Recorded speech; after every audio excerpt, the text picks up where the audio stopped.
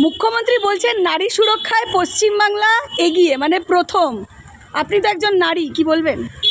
নারী সুরক্ষা যদি এগিয়েই থাকতো তাহলে আপনিই বলুন, অভয়ার কাণ্ড বা আমাদের যে সব থেকে আমাদের বাড়ির পাশে অভয়ার কাণ্ডটাই ঘটেছে, আমি সেটা নিয়েই বেশি বলতে চাইছি।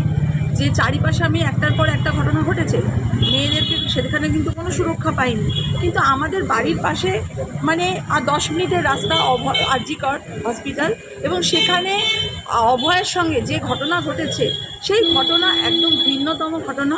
এবং মানে দেখা গেছে যে শাসক দল কিন্তু এর কিন্তু প্রতিবিধান করতে পারেনি, সেই কারণে আমি বলছি। কিন্তু মুখ্যমন্ত্রী বলছেন এই অভয়া কাণ্ডে প্রথম যে গ্রেফতার করা হয়েছিল সেটা রাজ্য সরকার করেছিল, রাজ্য সরকারের পুলিশই করেছিল, তারপরে আর তদন্ত এগোয়নি এবং রাজ্য সরকারের পুলিশই সেই যে দোষী তাকে অ্যারেস্ট করেছিল। হ্যাঁ, রাজ্য সরকার তো মানে মুখে কুলু পেটে বসে রয়েছে।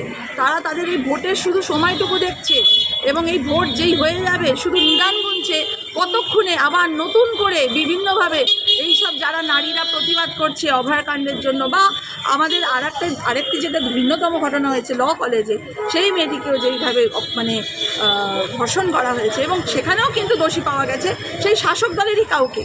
সুতরাং আমরা বুঝতেই পারছি 2-2 4। সুতরাং এইখান থেকেই বোঝা যাচ্ছে যে এরপর আমাদের আগামী দিনের নারী সুরক্ষা আরও কত মানে খারাপ হতে চলেছে। মুখ্যমন্ত্রী একটা সময় বলেছিলেন যে 8টার মধ্যে মহিলাদের বাড়ি ঢুকে যেতে, কি বলবেন, সহমত? একদমই নয়। আপনি নিজেই বলুন না যে এখন আমাদের বর্তমান যে চাকরি ব্যবস্থা যে দুরাবস্থায় পরিণত হয়েছে, সেখানে মেয়েদেরকেও এখন 8টা 9টা এমনকি 10টা 11টা অবধিও কাজ করতে হয়। যারা আইটি সেক্টরে আছে, আইটি সেক্টরের মেয়েদের তো রাতের বেলায় কাজই বেশি, তাহলে কি তারা কাজ করবে না? তাদের সংসার চলবে না? তাহলে তো আমাদের হাতের উপর হাত রেখে বসে রাখতে হয় বাড়িতে, কিন্তু সেটা করলে তো আমাদের সংসার চলবে না, মেয়েদের রুজি রোজগার চলবে না। বহু সংসার আছে যেখানে কিন্তু তাদের কিন্তু সংসারের কিন্তু ওই ওয়ান অ্যান্ড অনলি 1% হচ্ছে সেই মহিলাটাই, এবং সেই মহিলাটা যদি রাত্রেবেলায় কাজ করে তাহলে কি সে কাজ করবে না? তার মানে তিনি নিরাপত্তা দিতে পারছেন না, এটাই বোঝা যাচ্ছে তিনি নিরাপত্তা দিতে পারছেন। তিনি পুলিশ মন্ত্রী হয়ে নিরাপত্তা দিতে পারছেন না? হ্যাঁ, দিতে পারছেন না, কারণ তো 2-2 4 হয়ে আছেন। তো ওটাই বললাম, সব যোগ সাজস হয়ে রয়েছে। ওরা কিছু করবে না, বেসিক্যালি ওরা কিছু করবে না। শাসক দল আমাদের নারী সুরক্ষা দিতে পারবে না, এটাই হচ্ছে সব থেকে বড় ব্যাপার। কিন্তু মুখ্যমন্ত্রী বলছেন এগিয়ে বাংলা। বাংলা কি সত্যি এগিয়ে? বাংলা কি সত্যি এগিয়ে? আপনার মনে হচ্ছে বাংলা কোনোভাবেই এগিয়ে না। আজকে আমাদের মুখ্যমন্ত্রী একজন মহিলা হয়ে নারী সুরক্ষার ব্যবস্থা করতে পারছেন না। সেখানে আমাদের দলের প্রার্থী হয়েছেন সোদপুর, আপনি জানেন, অভয়ার মা। তিনি তার কত দুঃখ, কত কষ্ট, কত মানে বেদনা রয়েছে, যার জন্য তাকে একটা দলের মানে সান্নিধ্য নিয়ে সেখানে তার মেয়ের বিচার চাইতে হচ্ছে। তিনি অনেক নিশ্চয়ই দৌড়ে ঘুরেছেন, শাসক দলের কাছে গেছেন, মুখ্যমন্ত্রীর কাছে গেছেন, কিন্তু মুখ্যমন্ত্রী তাকে অবমাননা করে ছেড়ে দিয়েছে। তাই জন্য তো উনি বাধ্য হয়ে আমাদের দলের কাছে গেছেন, এবং সেখানে উনি সমর্থন পেয়েছেন। আমাদের এখানে পানিহাটি থেকে তিনি তার মেয়ের অভয়ার জন্য দাঁড়িয়েছেন, এবং আমার দৃঢ় বিশ্বাস উনি রেকর্ড ভোটে জিতবেন। একজন মহিলা হিসাবে কি বলবেন মুখ্যমন্ত্রীকে? মুখ্যমন্ত্রী নিজেও একজন মহিলা। আমার মনে হয় ওনার মহিলা হয়ে উনি আমাদের নামে, মেয়েদের নামে কলঙ্ক, তাই ওনার সবার আগে পদত্যাগ হওয়া দরকার। এর থেকে বেশি আমি আর কিছু বলবো। মুখ্যমন্ত্রী আপনাদের জন্য যুবসাথী দিচ্ছে, কি বলবেন? যুবসাথী পাচ্ছেন? যুবসাথীতে প্রথমত আমি নিইনি, আর যদি নিতামও পার ডে 50 টাকা করে হিসাবে কোন সংসার মানে পেটের ভাতটা হয় কি আপনি বলুন না? পেটের ভাত পর্যন্ত হয় না, সেখানে বলছে 1,500 টাকা দিয়ে বলছে নাকি আমি অনেক কিছু করেছি। আমাদের 1,500 টাকা চাই না, কোনো ভাতা চাই না, আমাদের চাকরি চাই। আপনি চাকরি দিতে পারলে দিন, আর নাহলে আমরা ভাতা চাই না। চাকরি দিতে পারছে না, কিন্তু 1,500 টাকা করে দিচ্ছে। মুখ্যমন্ত্রী বলছেন তো আমি চাকরি দিতে পারিনি, কিন্তু আমি যুবসাথী দিচ্ছি। আমি তো বলেছি ছোট ছোট ব্যবসা করতে, চপ, ঘুগনি, মুড়ি। ও আচ্ছা, তাহলে ওনার ভাইপোকে বলুন, আজকে আমি একজন ITI হোল্ডার হয়ে আমার এখানে কোনো শিল্প নেই, আমার কোনো কর্মসংস্থান নেই।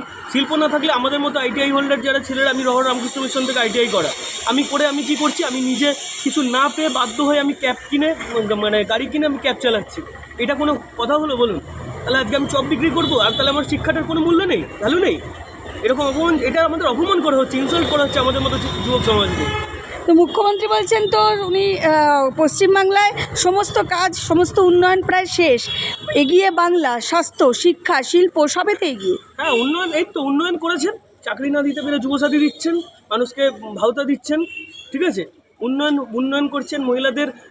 কোথায় এখন মহিলারাও মানে বিভিন্ন জায়গায় সব কিছুতে এগিয়ে, তাদের কর্মসংস্থান না দিয়ে তাদের শুধু লক্ষ্মী ভাণ্ডারের নামে তাদের খালি করছেন, ঠিক আছে, ভুল বোঝাচ্ছেন, ঠিক আছে, পাড়ায় পাড়ায় কোনো করছে না, কোনো রাস্তা ঠিক নেই, ঠিক আছে, কোনো নেই, লাইট ঠিক নেই, এরকম বিভিন্ন সমস্যা তো এগুলো ছেড়ে দিনই, ঠিক আছে। সবথেকে বড় যেটা দরকার সুস্বাস্থ্য, সুশিক্ষা আর সুপার স্পেশালিটি হাসপাতাল অনেক করেছেন তো তিনি বলছেন। হ্যাঁ, সুপার স্পেশালিটি তো করেছেন, ওগুলো নিজের ব্যবসার জন্য।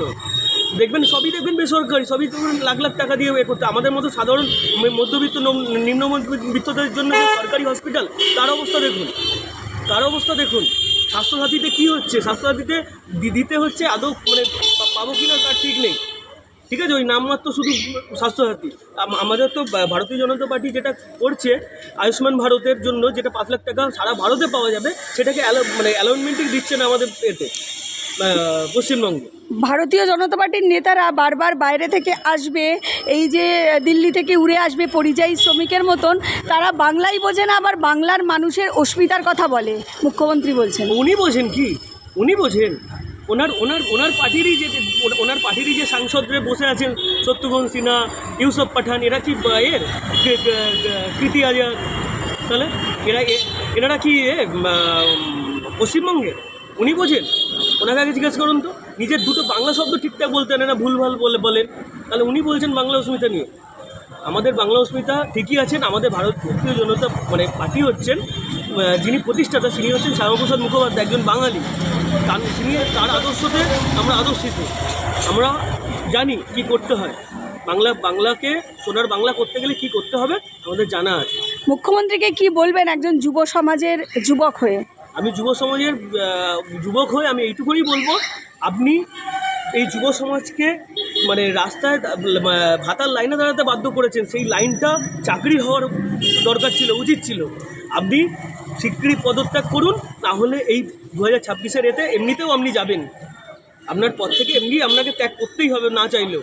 তার থেকে আপনি আগের থেকে ত্যাগ করুন, আমি এইটুকুনি বলব।